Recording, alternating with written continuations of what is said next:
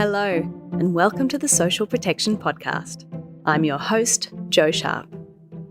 In today's episode, we're holding social protection programs to account.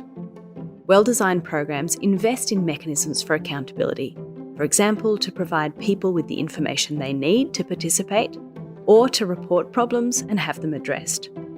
But this often leaves the onus on the most vulnerable people to claim rights and entitlements from the far more powerful states and humanitarian actors charged with delivering them.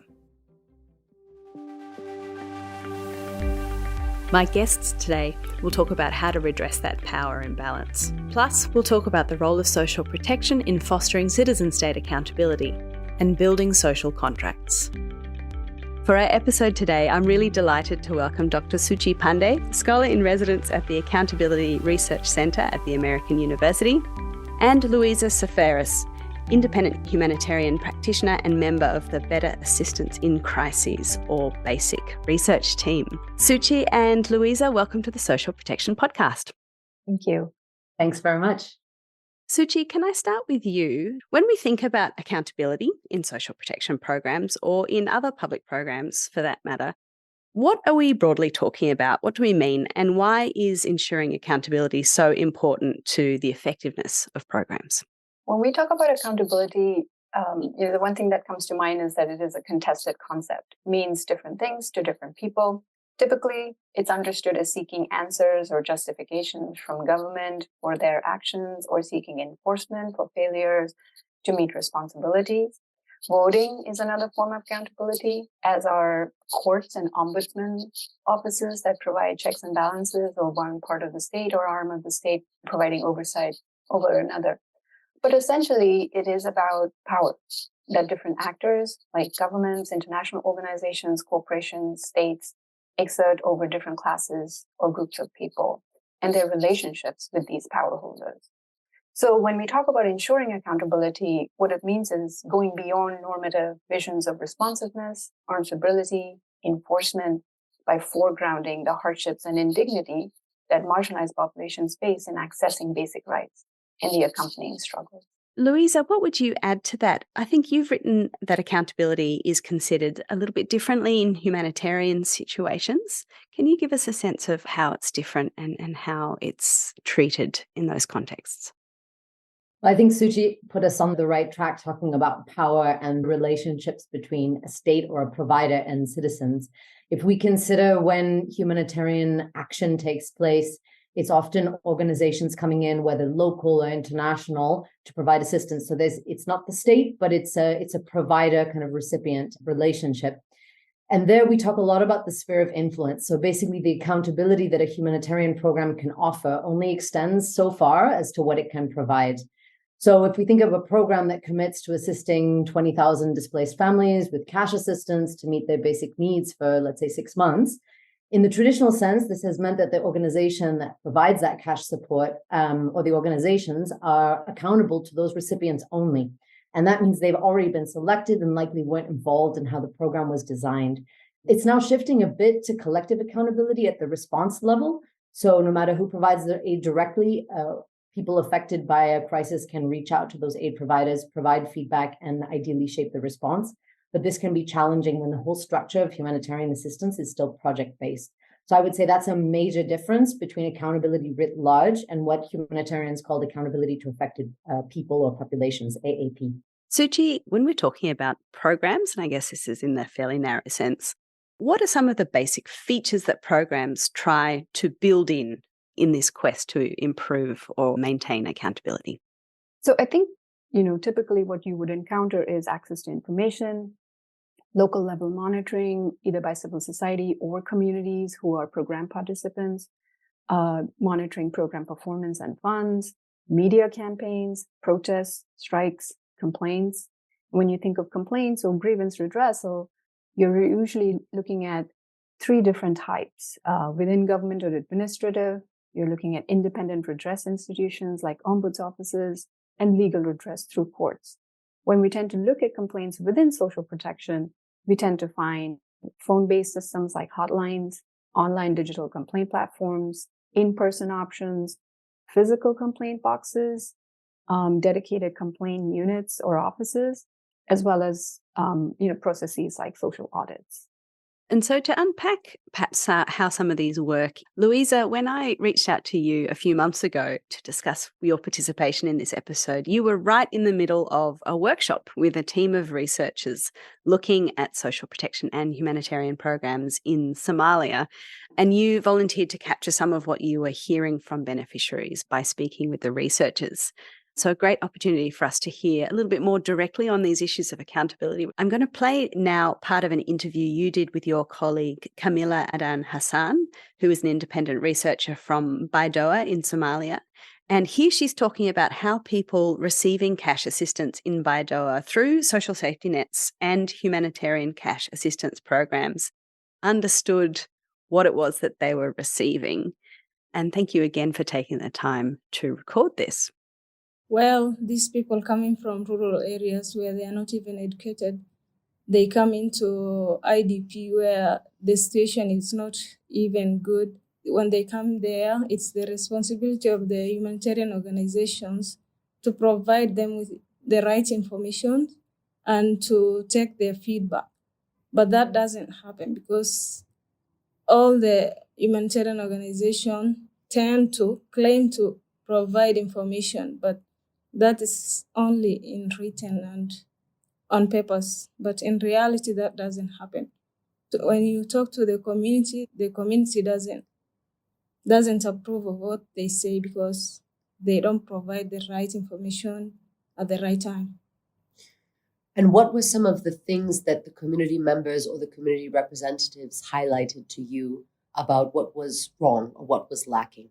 That is on the feedback mechanism. The organizations have some methods that they use for community feedback mechanisms, which are the toll-free short numbers that they assume they have that the community should be using.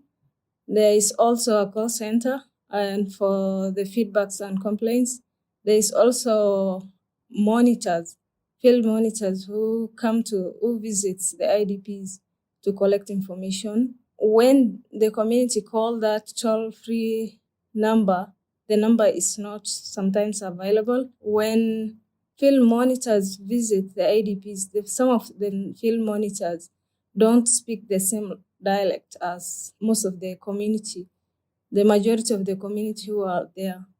Those are some of the disadvantages they face from those feedback mechanisms. When it comes to an accountability, they are asking to be involved on all stages of the program.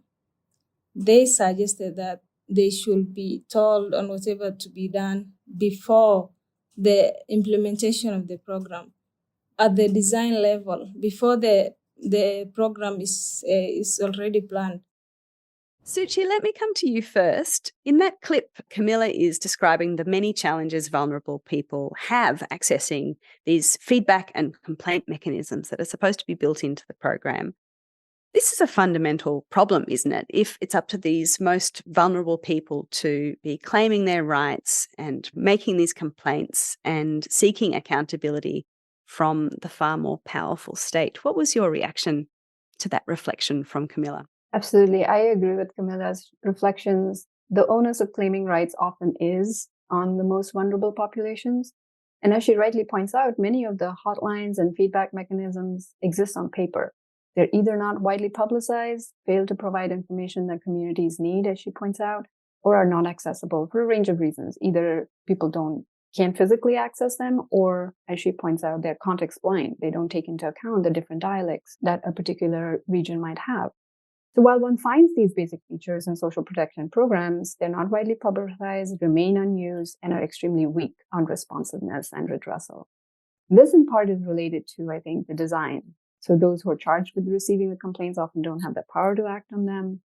But it also has to do with the motivations of the policymakers, who tend to be more technocratic rather than deepening democracy focused. So empirically, what we also find is a mismatch then between policy design, the motivations of high-level policymakers, and the expectations of the complainants.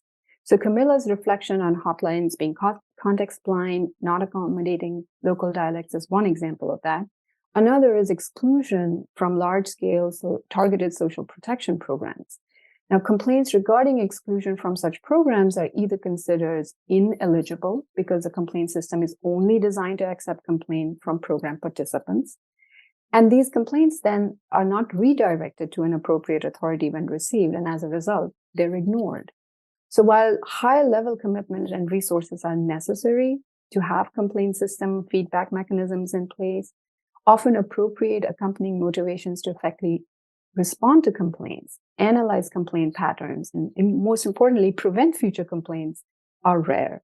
And then there is the risk of reprisals for complainants, because oftentimes when people complain, they do so at high personal risk. And the way that this risk manifests itself is in two ways: mobilization of socially powerful groups that risk the loss of status or power, and then they organize to suppress complainants. And another is the weak commitment to protect the anonymity of a complainant. Louisa, Suchi just talked about design, and at the end there, Camilla also talks about the need to involve people in the design of these programs.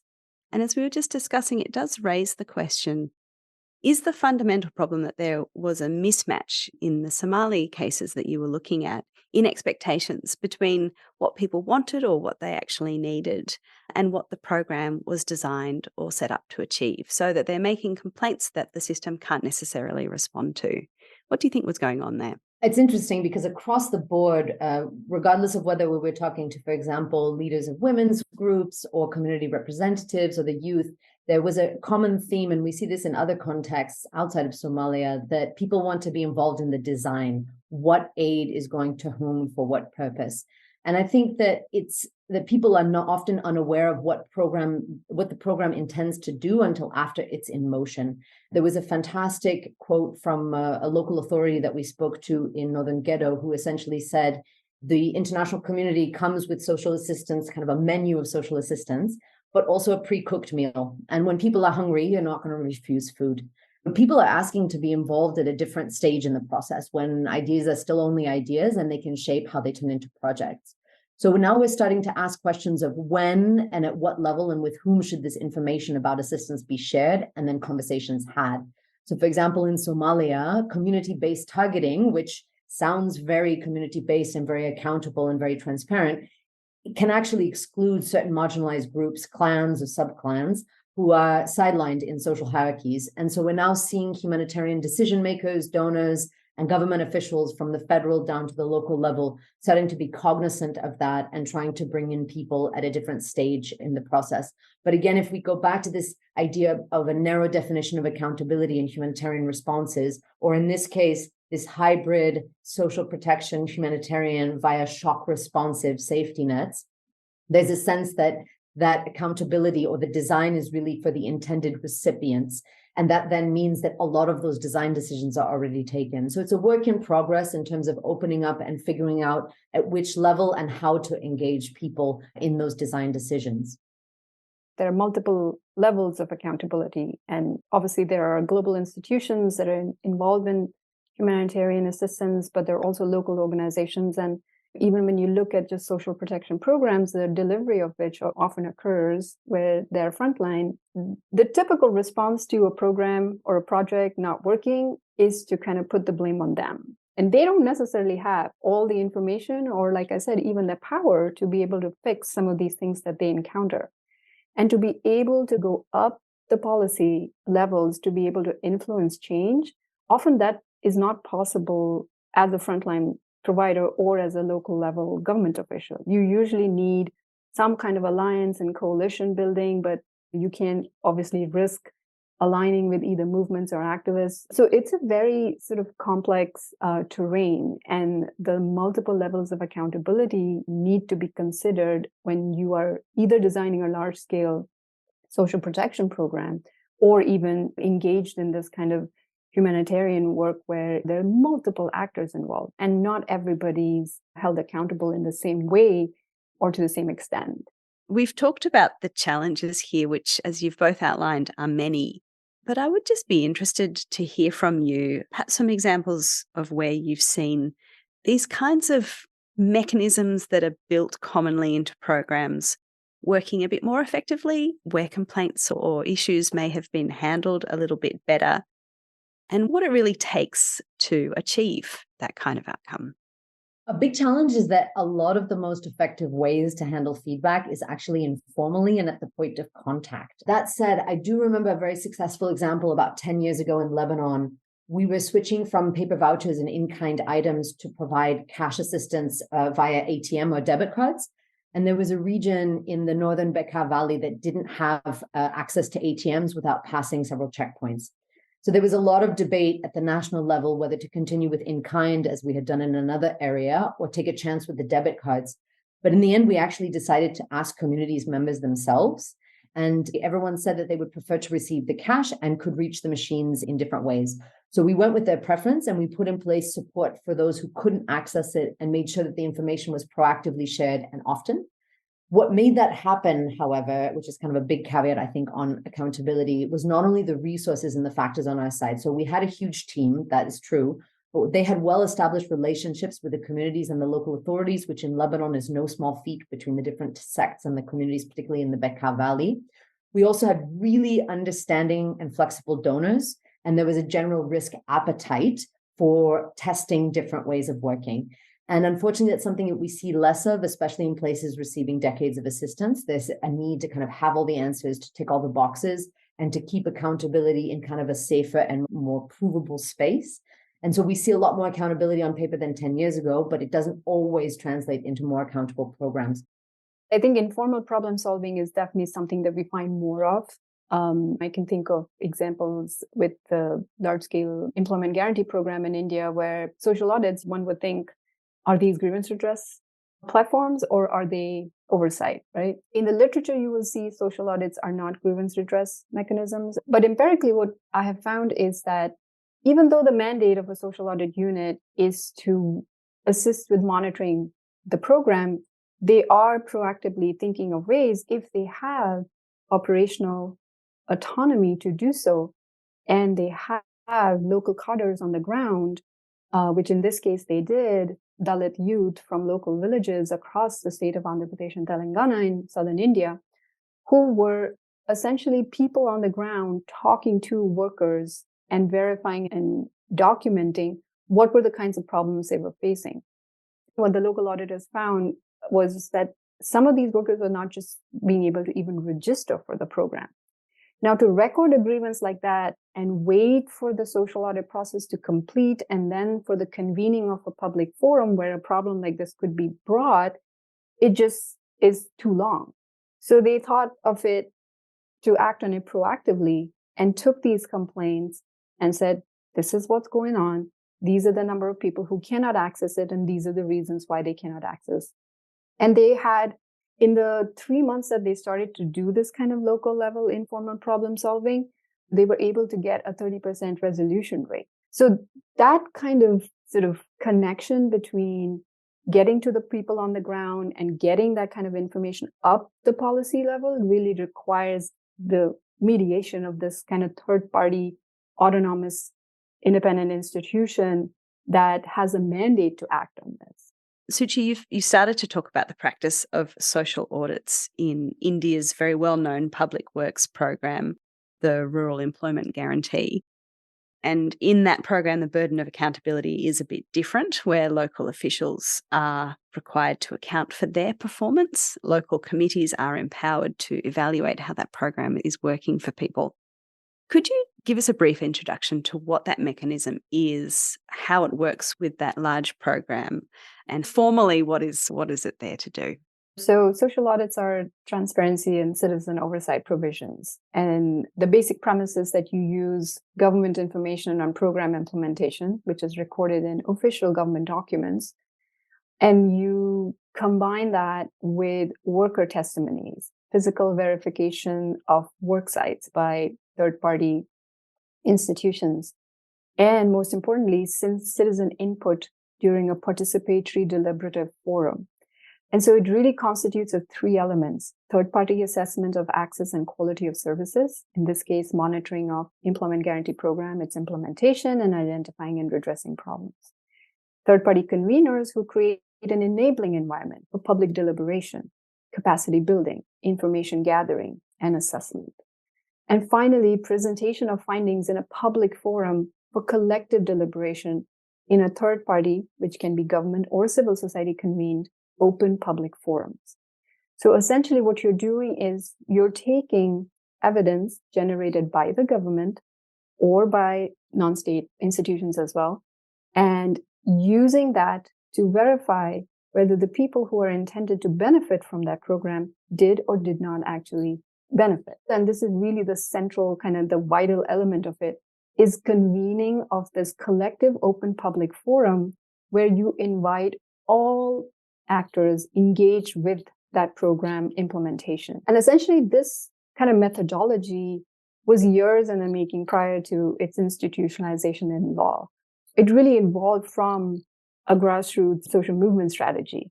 And it was developed in the context of workers and peasants in the state of rural Rajasthan trying to enforce minimum wages. But I would end up saying that it really, the emphasis is not on electoral accountability, like not in every once in 5 years, but on everyday scrutiny of government action. And the second is, it's not just about revealing corruption.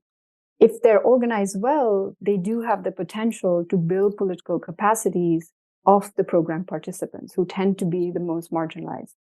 But they're also training grounds for activists and civil society groups and movements who are advocating for the improvement of social protection. What I do find interesting, there's been a recent trend in the past, I would say decade or so, around third-party monitoring or some sort of independent monitoring of humanitarian programs, particularly large-scale programs to do that. I do think there are some really key differences, though, that I think when we're looking at the application of accountability in crises is so important, because there's this idea that we can take these great ideas and just copy-paste them. What we're seeing in practice is that a lot of third-party monitoring is tied to a specific program. The third-party monitors are very technical. They're usually outsiders, which is seen as a good thing, right? To have this technical, independent perspective. But they are hired by those who either funded the program or implemented the program or both. And so it becomes this circle where they may come up with some very important findings in terms of transparency, but there's a sense that when third-party monitors are involved, it's almost too big to fail, and that we're looking for a certain outcome on that. And what was really interesting about our work in Somalia was that community mobilizers, civil society, and citizens themselves, they know that a lot of corruption is happening, or there's something going on in terms of the program design not reaching the most vulnerable. But there's a sense that they don't want to rock the boat. And with the limited resources that are there, it's better not to say anything. And so I think that there's such promise in being able to exchange ideas from different grassroots movements. But I think one of the cautionary tales is when a good grassroots idea is then tried to implement top down within this kind of sphere of influence, that it kind of can go awry.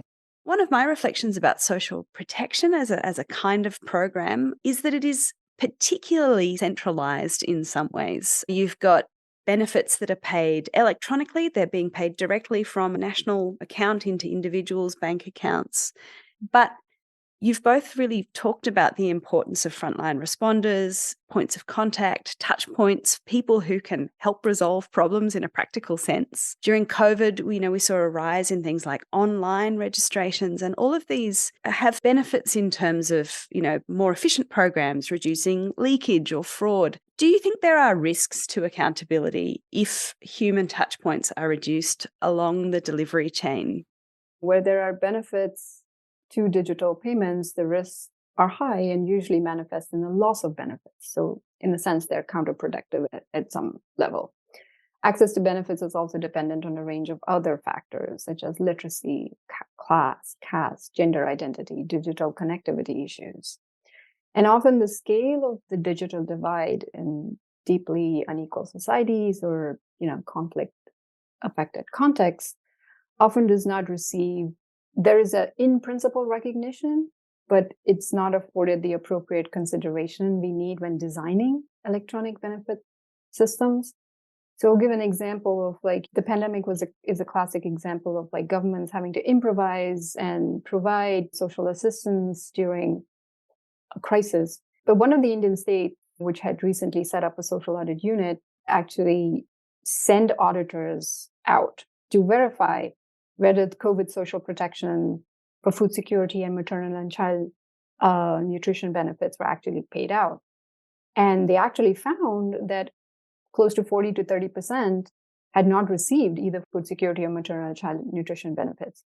Now, without these in-person verifications, it was impossible to know how these leakages from these programs are occurring. The point about electronic digital payments sometimes is that the technocratic focus or impetus makes governments experiment with them. So, in one of the states that I was talking about earlier in southern India that was quick to implementing social audits, also experimented a lot with digital payments. But what essentially happened was that when workers were asked to shift from one platform to another, they lost wages, their bank accounts were not connected to their biometric identification markers. And then it took actual physical auditors to go out and say, okay, why are you not getting paid? It was as simple as this. Instead of taking the right thumbprint, the person with the biometric machine was taking her left thumbprint. I think there is a balance that is needed when you're transitioning to electronic or digital based systems.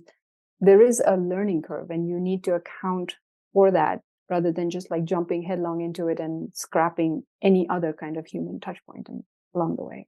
So in Ukraine, they provided social assistance via cash. It was all digital, and there are high rates of digital literacy. And this was a platform that people were familiar with and the government had been able to provide. And yet still, when we overlaid that with humanitarian cash assistance, accountability kind of fell by the wayside for a number of reasons. One, yes, there was a recognition that some people would not be able to access that platform. So, for example, the elderly or those living in remote areas. The other issue was the kind of plurality of these different systems and the lack of proactive information. You can have fantastic digital systems that can capture all this feedback. You still need people on the back end, whether literally on the ground or answering those queries and calls, to be able to handle this kind of system. So in the Ukraine case, there was a big kind of promise about how two-way communication could happen because everyone had a smartphone. When some of the organizations opened their self-registration via WhatsApp and online, it was something like 250,000 people registered. And so you have to be ready for that digital tsunami to come. From an accountability perspective, someone is still needed to be able to do that analysis and to engage with that. So, Suchi, zooming out for a moment, you'll sometimes hear people say that social protection can help to strengthen the social contract. We look to social protection programs to strengthen this kind of citizen-state relationship. If the programs have weak accountability, do they, in fact, weaken that citizen-state relationship? I think in general, globally, we are observing a weakening of the social contract, right? So the right to be able to question, freely express opinions, engage in public debate to improve social protection or other forms of social assistance programs, monitoring government practices are central to accountability struggles globally. So I would agree that yes, weak accountability coupled with a hostile environment where people are afraid to speak up or silenced through the courts or government policy or internet shutdowns gravely undermines the social contract. So really in this sort of changing kind of social political environment in many contexts around the world, we need to rethink it. We need to think about how do we protect the gains of the past decades and how do you simultaneously kind of fight off these kinds of attacks on basic political, social, economic freedoms. So it's a challenge. And I think contextually, each kind of struggle will look very different. But I would say that it doesn't matter where you are. If you are unable to speak, express an opinion, or for some reason are unlawfully detained, the likelihood that you are going to experience accountability in a positive sort of way is low. And so it really is a struggle for activists and for advocates of accountability who are continuing to do so in many contexts, are doing that at great personal risk and at even sometimes at risk of physical assault and threat. But the positive side of it is that there is also protests and strikes and mobilization that we're seeing calling out this kind of suppression and this kind of weakening of the social contract. So I think there is hope, and we shouldn't feel sort of like it's not all doom and gloom, but it definitely is a very challenging time for accountability work. Louisa, you were explaining right at the start that in humanitarian settings, the accountability relationship is often understood to be more between recipients or identified beneficiaries of a program and the providers of that assistance, whoever they are. It's not necessarily the state, certainly in a humanitarian context, might be donors and others. What are your reflections on how that kind of citizen state or the accountabilities and social contract works in that setting? As Suchi, as you were talking about not only just the power dynamics, but this idea of being a citizen and what a person or a community feels comfortable to raise for those who are in power, whether it's political or economic.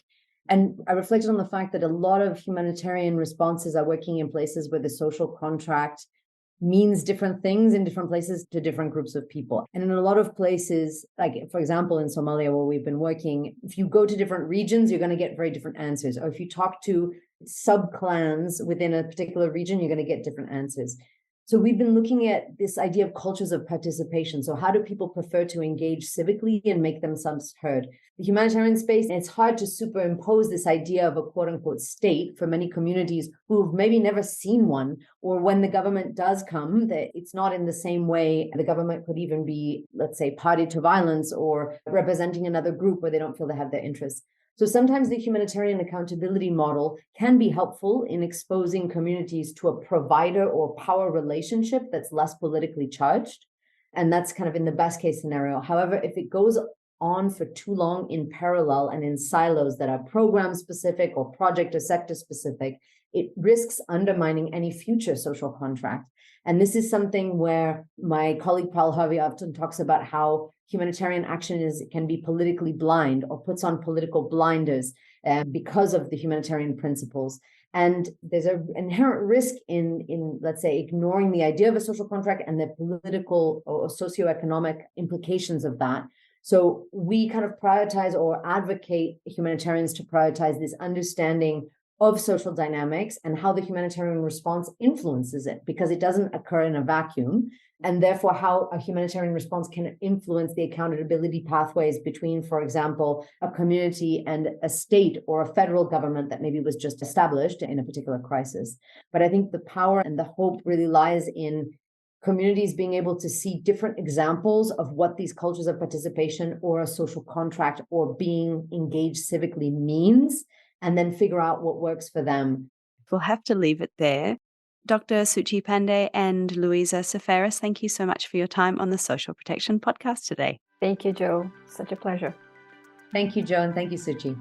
Thanks, Louisa.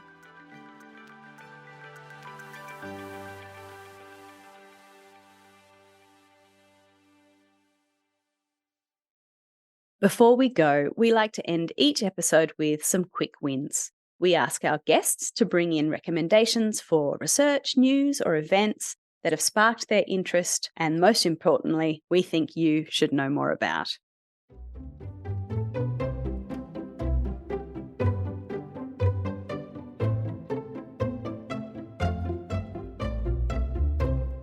Joining us for Quick Wins today is Valerie Schmidt, who is Deputy Director in the Social Protection Department at ILO. Welcome, Valerie. Thank you, Joanna. In May last year, we ran an episode of this show looking at ideas for international financing of social protection. And we had one of your colleagues from the ILO on that episode, Helmut Schwarzer, talking about the Global Accelerator on Jobs and Social Protection for Just Transitions. Can you give us a quick overview of what the Global Accelerator is and what it aims to do? Yes. So the Global Accelerator is a global initiative that was launched by the UN Secretary General, Antonio Guterres, and which is coordinated by the ILO. Today, countries need to overcome multiple challenges of our time, such as the deep economic crisis, demographic shifts, climate change, digitalization, etc. And the economic transformations that are needed are obviously transforming the societies and the world of work. And so the Global Accelerator really puts social protection and decent employment at the heart of the policymaking to really ensure these just transitions, just transformations of the economy and the society. So the Global Accelerator really aims to reduce the financing gap for social protection, to mobilize more domestic and international resources for social protection, And by promoting the formalization of the economy, both at enterprise level and at employment level, ensuring that more people have access to decent, formal jobs, this will also increase the level of income in the country and also the capacity to pay taxes and social security contributions. Thank you. So can you tell me what progress the accelerator has made so far, particularly in terms of mobilizing partners to fill that financing gap that you described? So by nature, the accelerator is really a large collaboration platform, if you want. It's really a partnership initiative. In addition to the UN agencies, the World Bank has already joined the Global Accelerator. And through a partnership with Germany, we will jointly support the design and the implementation of the Global Accelerator in 7 countries at the start. We have already a relatively large group of countries that have expressed interest, including 10 countries that have submitted a formal expression of interest. And among these countries, some of them have already started the process of designing the Global Accelerator. And this is what we call the national roadmap that really gives a sense of what is the added value of the Global Accelerator in the country, given the ongoing economic reforms, transformations, and policy priorities. The Global Accelerator was selected as one of the 12 high-impact initiatives to accelerate the achievement of the SDGs. And this is why it will be highlighted very soon during the pre-summit event that is called the SDG Acceleration Day, that is taking place on Sunday, 17th of September in New York. We already know that Belgium is interested to support the Global Accelerator, and we expect on the 17th of September to have more pledges from more countries. So just to get a sense of what this might look like, you mentioned earlier that some countries are developing roadmaps, starting to think about their design. Could you give me a sense of what that could look like in an individual country, for example, and how it brings together these different threads that you've described, more financing, extending coverage of social protection, but also formalization of jobs? Yes, I will try, because this process is still in the making. So we have a few countries that are prioritizing the development of the agriculture sector. So moving from subsistence farming to a more productive agriculture value chains, ensuring that the production, the commercialization, the transformation can be done within the country so that there is an increased value added of the agricultural products of the country. And so this type of transformation really requires integrated policy approaches that the Global Accelerator is able to support in terms of ensuring that the small holders, small farmers have, for instance, access to land property, especially women. Another part is, of course, skills development, access to markets, access to finance as well, which is a huge issue in many developing countries where interest rates are too high. The development of skills, the access to social protection, and also other forms of insurance, such as climate insurance. So you see that to facilitate the transformation of a sector like agriculture, and to ensure that this transformation is just for the people who are working in the agriculture and also the communities that are around them, you really need a combination of different policies that will help to promote also decent employment for these people and, of course, universal social protection. Thank you. This is only a short segment, unfortunately. So for those of you who would like to hear more about this, and for those of you who enjoy podcasts, I do encourage you to go and find ILO's own podcast called Employment Global Challenges, Global Solutions. And there's an episode we can link to in which Valerie and her colleague are talking about the Global Accelerator in a bit more detail. We'll also link, Valerie, to some of the papers you've co-authored on investing more and investing better in social protection. Valerie Schmidt, thank you so much for your time on the Social Protection Podcast today. Thank you.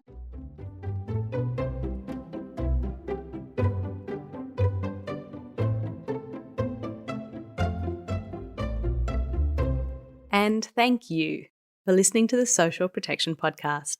We are a production of socialprotection.org. Follow us on Twitter at SP_gateway and find us on Facebook, YouTube, and LinkedIn. Subscribe to this podcast via Apple Podcast or Spotify and leave a review. Back next month. See you then.